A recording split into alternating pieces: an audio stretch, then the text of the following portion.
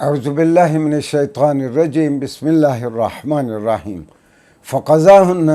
سبع سماوات فی یومین وأوحى في كل سماء أمرها وزينا السماء الدنيا بمصابيح وحفظا ذلك تقدیر العزیز العلیم۔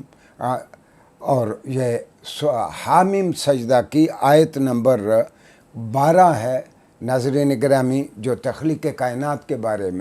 میں نے آپ کی خدمت میں پیش کی، ہماری تخلیق کائنات کے بارے میں یا ابتدائی آفرینش کے بارے میں جو ہمارا پروگرام ہے، آج اس کا دوسرا لیکچر ہے کہ یہ تخلیق کائنات کب ہوئی۔ شاید اس کی پوری تفصیل تو ہم آئندہ لیکچر میں بیان کریں گے۔ آج میں عرض کروں جو آیت میں نے آپ کی خدمت میں سورہ حامیم سجدہ سے پڑھی،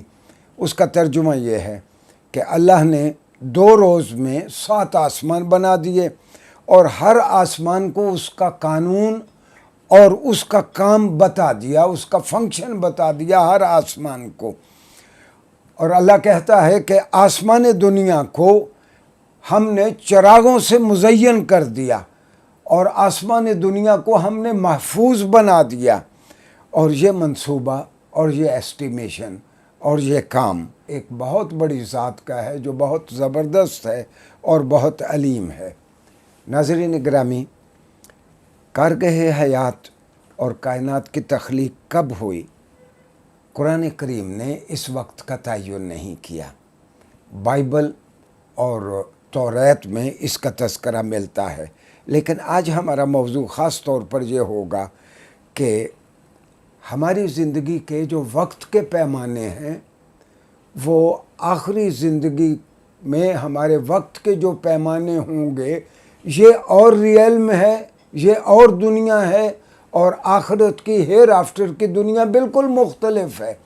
لہٰذا ہم آخرت کے دنوں کو اگر آج کے دنوں کی مشابہت پہ اور اس کی انالوجی پہ سمجھیں گے تو اس سے ہمیں الجھن ہوگی کہ یہ دونوں ریئلم، یہ دونوں زندگیاں مختلف ہیں، اس کے پیمانے اپنے اپنے ہیں۔ مثال کے طور پر قرآن کریم نے ایک جگہ کہا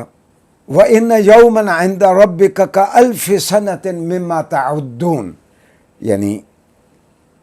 جہاں اللہ تعالیٰ خود یہ فرما دے قرآن کریم میں کہ تم جس طرح دن شمار کرتے ہو، اور اس کے بعد اللہ میاں کہے کہ آخرت کا دن تمہارے شمار کے مطابق آخرت کا دن کتنا بڑا ہوگا۔ یہ سورہ حج کی آیت نمبر 47 ہے کہ جس میں اللہ نے کہا کہ اللہ کا جو دن ہے، یعنی آخرت میں جو دن ہوگا، وہ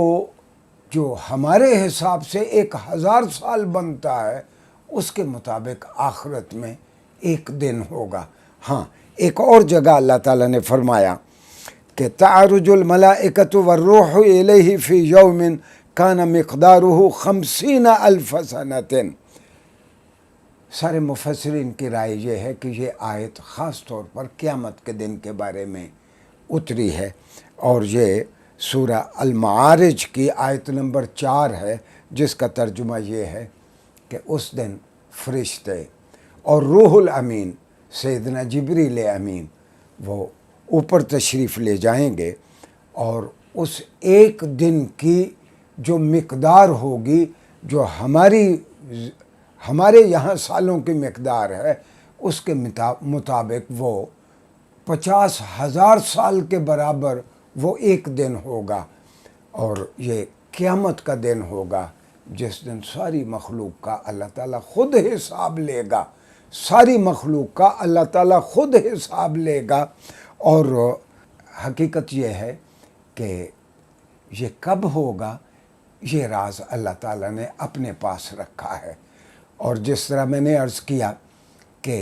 یہ بھی کہا گیا، رسول اللہ صلی اللہ علیہ وسلم نے فرمایا، یعنی اس کو ہم انگریزی میں سبجیکٹو یا اردو میں موضوعی کہتے ہیں، کہ جو نیک لوگ ہوں گے ان کو یہ اتنا لمبا دن، رسول اللہ صلی اللہ علیہ وسلم فرماتے ہیں کہ نیک لوگوں کو یہ قیامت کا 50,000 سال کا دن اس طرح لگے گا گویا انہوں نے صرف فرض نماز پڑھی ہے۔ فرض نماز پڑھنے میں ہمیں جتنا وقت لگتا ہے، اتنے وقت میں لوگ اپنے حساب کتاب سے اور قیامت کے دن سے لوگ فارغ ہو جائیں گے۔ ہاں، قرآن کریم نے ایک اور جگہ کہا اس دن کی ہولناکی کا تذکرہ کرتے ہوئے،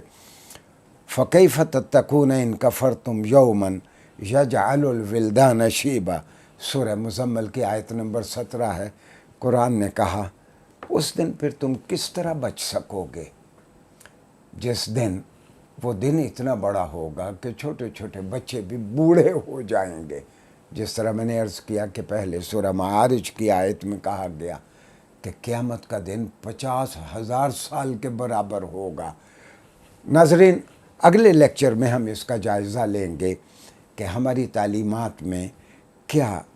کائنات کی عمر کا تعین کیا گیا ہے، یا اس وقت کا تعین کیا گیا ہے کہ کس لمحے اللہ تعالیٰ نے کائنات بنانی شروع کی۔ میں نے ایک موٹی سی بات اس سلسلے میں عرض کر دی تھی کہ قرآن کریم میں ایسا کوئی تذکرہ نہیں ہے باقی آسمانی کتابوں میں جو یقیناً تحریف شدہ ہیں، توریت ہو، انجیل ہو، باقی جو صحیفے آئے وہ وقت کے ساتھ ساتھ بدلتے رہے۔ صرف قرآن ہے جس میں کوئی تبدیلی نہیں ہوئی، وہ ہر تحریف سے اور تصحیف سے مبرہ ہے، اس میں ایسی کوئی تفصیل نہیں ہے۔ شکریہ جی۔